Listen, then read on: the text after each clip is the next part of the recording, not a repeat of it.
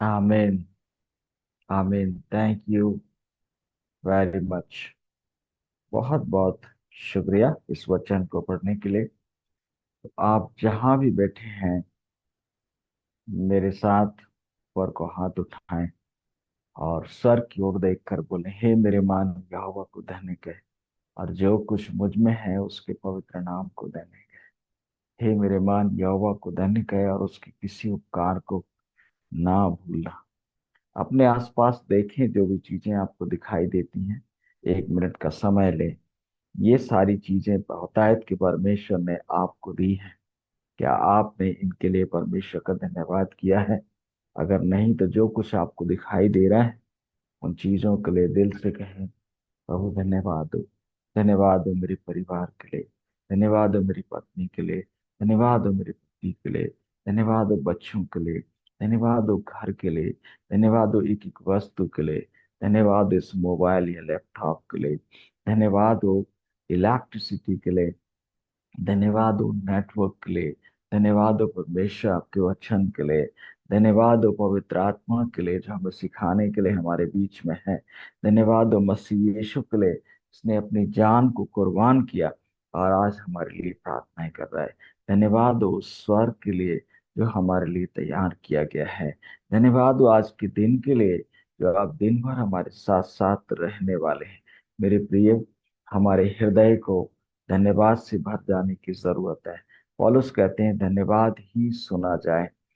मसीह यीशु कहते हैं, राजा दाऊद के द्वारा, जो धन्यवाद करता है वो परमेश्वर की महिमा करता है।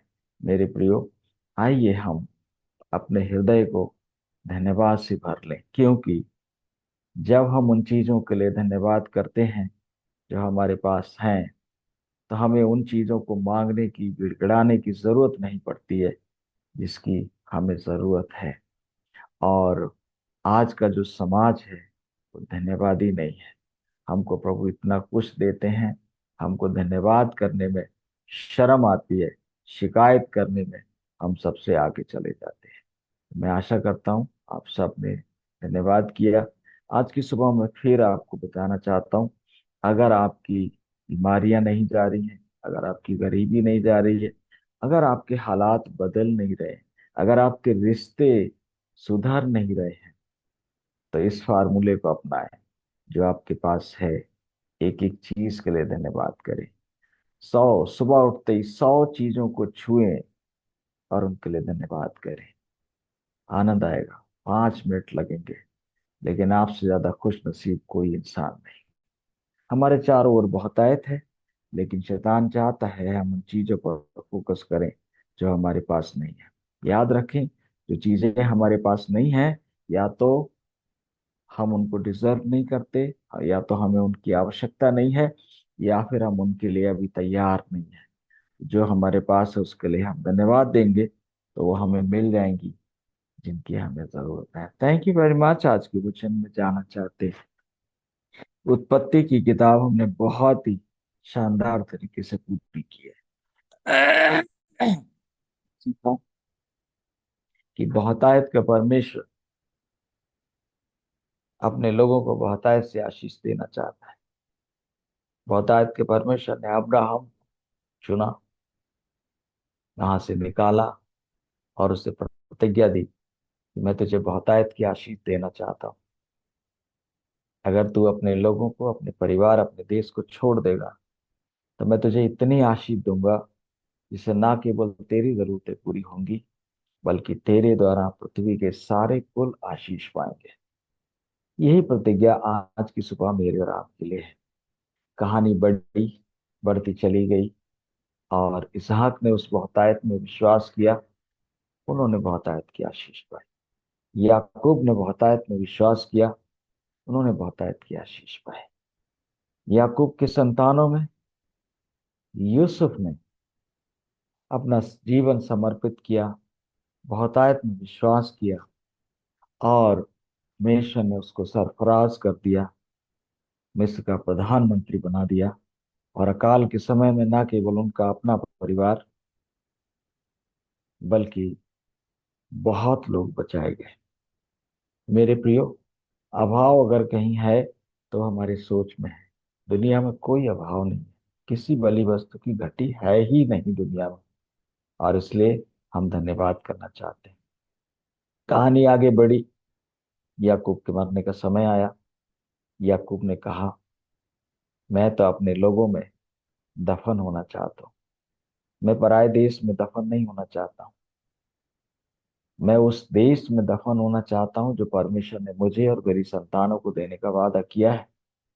और परमेश्वर ने उस योजना को पूरा किया और याकूब को वहीं दफन किया गया जहां अब्राहम, सारे, इसहाक, रिबका, लिया और दूसरे लोग दफन किए गए थे।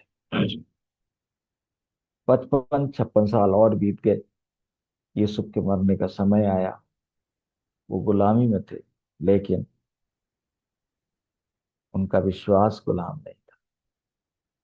धीरे धीरे मिस्र में दूसरे फिरौन आए, दूसरे लोग आए। यूसुफ प्रधानमंत्री नहीं रहा, वो एक साधारण इंसान हो गया। ऑफिस जाना उसने बंद कर दिया। और वो एक साधारण इंसान हो गया, लेकिन उसका विश्वास असाधारण था। उसको ये विश्वास था कि परमेश्वर अपने वचन के अनुसार, अपनी वाचा के अनुसार अपने लोगों को छुड़ाएंगे यहाँ से। और हम कनान जाएंगे। और इसलिए उन्होंने अपने लोगों को एक शपथ दिलाई, एक आज्ञा दी। और वो आज्ञा क्या थी? कि जब तुम लोग इस देश से आजाद होगे तो मेरी हड्डियों को ले जाना और वहीं दफन करना जहां मेरे बाप को दफन किया गया। इसे कहते हैं विश्वास के द्वारा जीवित रहना। जब परिस्थितियां आपके विपरीत हैं और तो भी आप कहते हैं, मैं विश्वास करूं। मैंने विश्वास करने का फैसला किया है। बीमारी सामने दिखाई दे रही, लेकिन आप कहते हैं कि चंगा करने वाला परमेश्वर मेरे साथ है। आपकी आपको किसी चीज की जरूरत है, धन की जरूरत है, और आपको कहीं से आता नजर नहीं आ रहा, लेकिन आप क्या कह रहे हैं? बहुतायत का परमेश्वर मेरे साथ है और वो उपाय करेगा, बंद रास्तों को खोलेगा, मुहैया करेगा। यहोवा जायरे उसका नाम। ये सोच बहुत जरूरी है। निर्गमन का मतलब है निकल जाना, प्रस्थान करना, एक्सडस। एग्जिट से बना है। अगर कभी आप लोग सिनेमा या ऐसी जगह गए हों जहाँ अंधेरा होता है, और हमारे ऑफिस में भी दिल्ली में वहाँ लिखा हुआ है एग्जिट एग्जिट। अचानक अगर लाइट चली जाए, कोई दुर्घटना हो जाए, कोई संकट आ जाए और आपको बाहर निकलना हो, तो आपको वहां तुरंत दिखाई देता है कहाँ से बाहर निकलना है। एग्जिट से बना एक्सडस। एक्सडस का मतलब है निकलना। अब हम सीखेंगे कि इसराइल किस तरह से वाचा के देश में पहुंचते हैं, कितने लोग पहुंचते हैं, कैसे पहुंचते हैं, क्या मानसिकता प्रभु डेवलप करते हैं। ये सोचने की बात है। आज की शुरुआत हुई कि 70 लोग मिस्र में आए थे। 70। थोड़ी देर बात करते हैं 70 के बारे में। 70। और बाइबल में कई जगह 70 का जिक्र है। आपने देखा होगा कि यीशु मसीह ने 70 चेलों को दो दो करके भेजा। राइट, याद होगा। मूसा के साथ भी 70 लोगों को परमेश्वर के आत्मा से भरा गया था। और यहाँ पर भी हम 70 लोगों को देखते हैं जो मिस्र में पहुंचे थे। यूसुफ उनका परिवार पहले ही पहुंचा था और 66 लोग याकूब के साथ वहां पर आए थे। बाइबल में एक दो जगह और 70 का जिक्र है। इसका मतलब क्या है? ये जो 70 लोग हैं, आप जहां भी देखिएगा, इनका संबंध है सुसमाचार से, खुशखबरी देने से, लोगों को सूचना देने से। ये संदेश वाहक लोग हैं। परमेश्वर के द्वारा चुने गए, परमेश्वर के आत्मा से भरे गए, परमेश्वर के द्वारा भेजे गए लोग। परमेश्वर ने 70 लोगों को भेजा कि बेटा जाओ और मिस्र में सुसमाचार सुनाओ। मिस्र के लोग बुत परस्त हैं, वो परमेश्वर को नहीं जानते। लेकिन तुम्हारे द्वारा, तुम्हारे जीवन के द्वारा, तुम्हारे कार्यों के द्वारा, तुम्हारी आराधना पद्धति के द्वारा वो जानने पाएंगे कि सच्चा परमेश्वर कौन है। सच्चा परमेश्वर ऐसा है। और जब यूसुफ ने वो स्वप्न बताया जो राजा फिरौन ने देखा था, 7 मोटी 7 दुबली गाय का, 7 मोटी मोटी हरी भरी बालें और 7 सूखी मुरझाई हुई बालों पर, तो फिरौन ने क्या कहा, तेरे समान हमें कौन मिल सकता है जिसके अंदर परमेश्वर का आत्मा निवास करता है। पोतीफर ने देखा यूसुफ को और उसने कहा, इसके साथ तो यहोवा रहता है, परमेश्वर इसके साथ रहता है। अबीमेलेक अपने सेनापति के साथ आता है, अब्राहम से वाचा बांधता है, हे अब्राहम, हमने देखा है कि आप परमेश्वर के जन हो, आप सच्चे परमेश्वर के भक्त हो, परमेश्वर आपके साथ है, आपको कोई गिरा नहीं सकता, आपको कोई मार नहीं सकता, आपको कोई खत्म नहीं कर सकता। हमने वो सारी कोशिशें कर ली, हमने देख लिया है कि आप परमेश्वर के जन हो, आप हमारे साथ वाचा बांध लो। अबीमेलेक, उसका बेटा अबीमेलेक का, वो भी अबीमेलेक कहलाता, वो आता है इजाक के साथ वाचा बांधता है। हम पूरी उत्पत्ति में सुसमाचार को सामने देखते हैं, सुसमाचार को देखते हैं। और इसराइलियों को अपने जीवन के द्वारा सुसमाचार सुनाने का मौका मिला। आज की सुबह मैं आपको एक वाक्य देना चाहता हूँ, जितने पासवान लोग जुड़े, सुसमाचार सुनाइए मत। अब आप नाराज हो गए, बोले ये तो हमारा काम है, सुसमाचार मत सुनाइए, वो तो हम जरूर सुनाएंगे। नहीं, आप सुसमाचार बन जाइए, आप सुसमाचार बन जाइए। क्या फर्क है पाजी साहब, सुसमाचार सुनाने और सुसमाचार बन जाने में? बहुत फर्क है। सुसमाचार तो कोई भी सुना सकता है कि यीशु मसीह परमेश्वर का पुत्र है, वो इस दुनिया में आया, उसने हमारे पापों के लिए अपना बलिदान दिया, वो जी उठा, आसमान पर गया है, फिर से आने वाला। ये बात तो आप रिकॉर्ड करके भी बता सकते हैं, लेकिन लोग आपके जीवन को देखना चाहते हैं। सुसमाचार कैसे बनेंगे? अगर कोई प्यासा है तो उस इंसान के लिए जो सुसमाचार जिसकी जरूरत है, उसका नाम पानी है। शीतल जल बनिए, उसके लिए सुसमाचार है। अगर कोई भूखा है तो उसके लिए जिस सुसमाचार की जरूरत है, उसका नाम रोटी है। किसी के लिए रोटी बनिए, रोटी दीजिए, यही सुसमाचार। और जब आप उसका पेट भरेंगे तो वो आएगा, वो आपके पास और कहेगा, भाई जो आपने पाया है मैं भी पाना चाहता हूँ।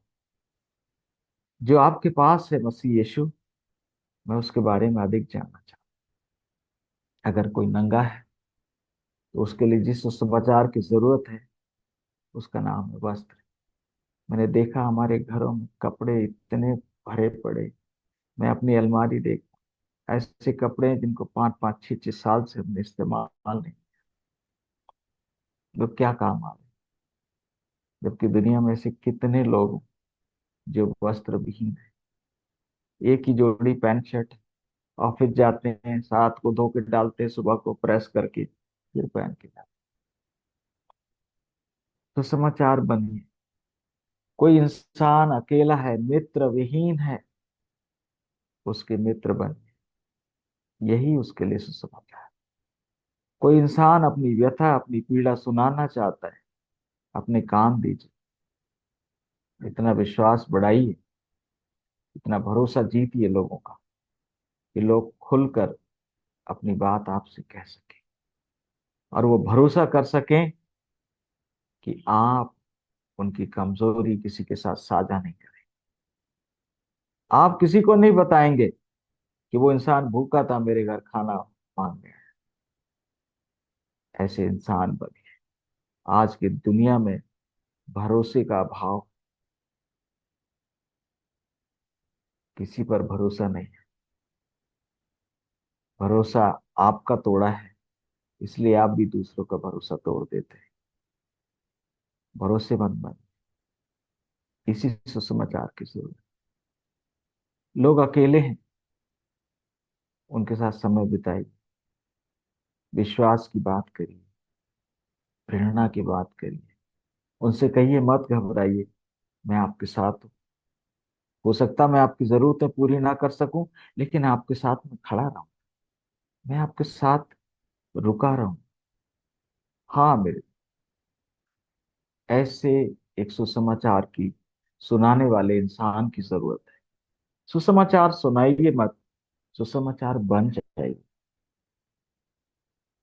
और जब आप सुसमाचार बन जाएंगे, तो जिस तरह से यूहन्ना ने यीशु मसीह को देखा और कहा, देखो परमेश्वर का मेमना जो जगत के पापों को उठा ले जाता है। लोग आपको देखकर कहेंगे, देखो ये है परमेश्वर की दासी, ये है परमेश्वर का भक्त, ये सुसमाचार है।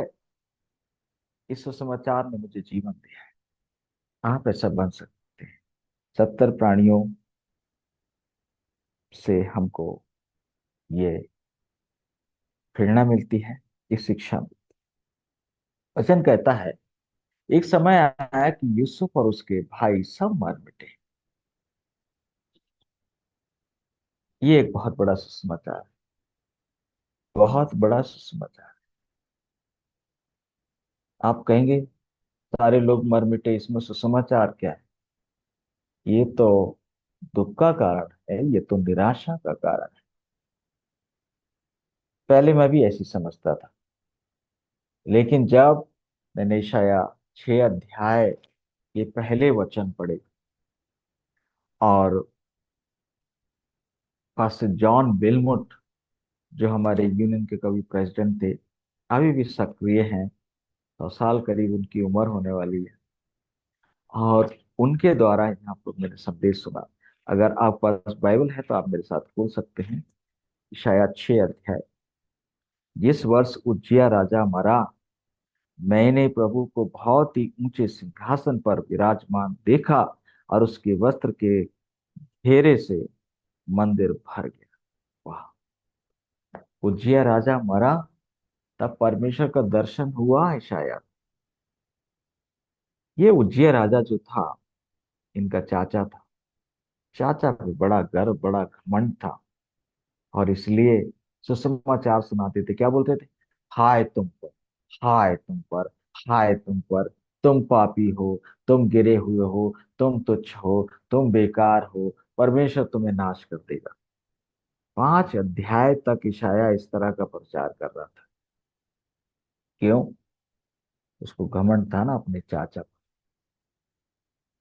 जब दुनियावी सहारा हमारे सामने होता है, तो हम परमेश्वर की खोज दिल से नहीं करते। जब तक यूसुफ जिंदा था, लोग जानते थे यूसुफ है तो खाना मिलेगा ही मिलेगा, सुरक्षा मिलेगी मिलेगी, क्योंकि यूसुफ तो इस देश का प्रधानमंत्री रहा है। तो इनका मरना एक खुशखबरी था। दुनियावी सहारा टूटना एक खुशखबरी है, ताकि हम परमेश्वर पर निर्भर हो सके, परमेश्वर की ओर देख सके। मुझे आज भी याद है, इस रात पापा नहीं होते थे, और मैं परिवार में दूसरा बेटा हूँ। बड़े भैया भी शुरू से बाहर ही रहे, और जिस दिन पापा घर में नहीं होते थे, पता नहीं कौन सी आत्मा मुझे उसी वक्त उठाती थी जिस समय पापा उठते थे।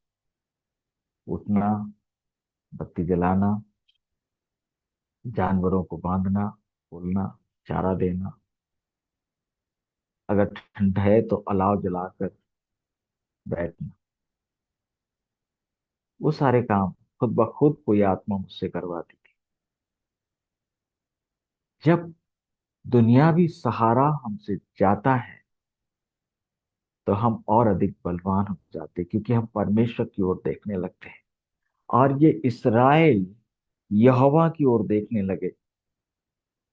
और यहाँ लिखा 7वें वचन में, वो फूलने फलने लगे और अत्यंत सामर्थी हो गए और सारा देश उनसे भर गया। वाह!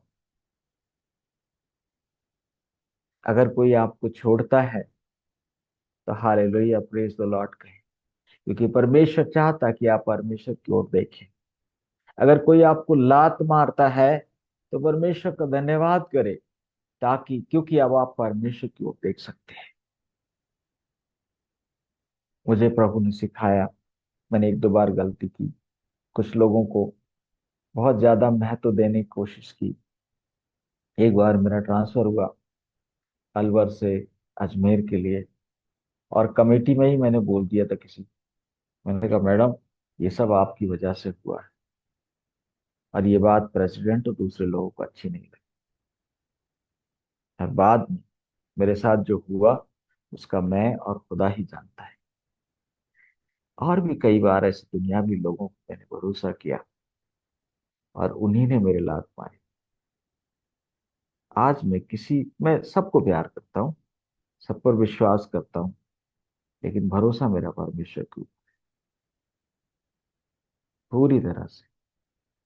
कौन मेरी जिंदगी में आता है कौन जाता है, इसकी मुझे बिल्कुल परवाह नहीं।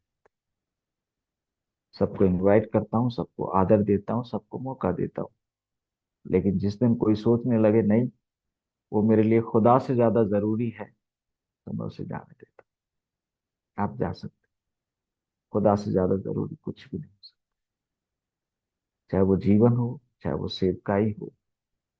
और इसराइल के फूलने फलने और सफल होने और बहुतायत से बढ़ने और सामर्थ्य होने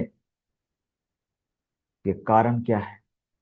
कि दुनियावी सपोर्ट जब उनसे हट गई तो उन्होंने परमेश्वर की ओर निहारना शुरू किया। तो आज की सुबह में 3 पार्ट है, बहुत साधारण। पहला पार्ट है सुसमाचार बनो। सुसमाचार बनो। खुद से पूछो, मैं कैसे सुसमाचार बन सकता हूं? और जब आप सुसमाचार बने तो आप दूसरों के बारे में सोचेंगे,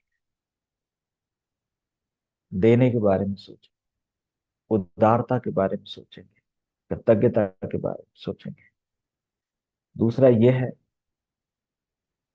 कि दुनियावी इंसान, दुनियावी ताकत, चाहे वो पैसा हो, चाहे वो लोग हो, चाहे वो आपका ज्ञान हो, चाहे आपकी सुंदरता हो, चाहे आपका ऊंचा पद हो, ये सारी चीजें बेकार, किसी काम की नहीं।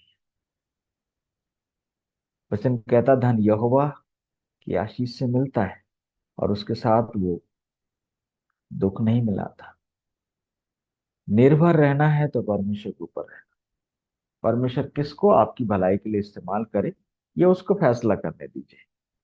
आप किसी से ये मत कहिए कि नहीं नहीं भैया, अगर तुम मेरी मदद नहीं करोगे तो मैं मर जाऊं। परमेश्वर ऐसा पल आपके जीवन में कभी नहीं आने देगा कि आपको कहना पड़े कि आप मुझे रोटी नहीं दोगे तो मैं मर जाऊंगा, आप मेरे खुदा हो, आप मेरे परमेश्वर हो। ऐसा कहने की नौबत नहीं आएगी अगर आप परमेश्वर पर विश्वास से भरोसा करेंगे।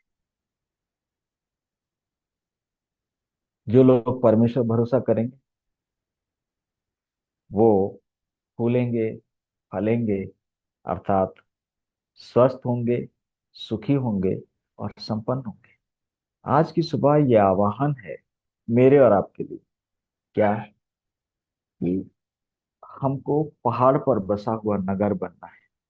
अर्थात हमारा स्वास्थ्य दूसरों से बेहतर होना चाहिए, हमारी सोच दूसरों से बेहतर होनी चाहिए परमेश्वर के वचन के अनुसार।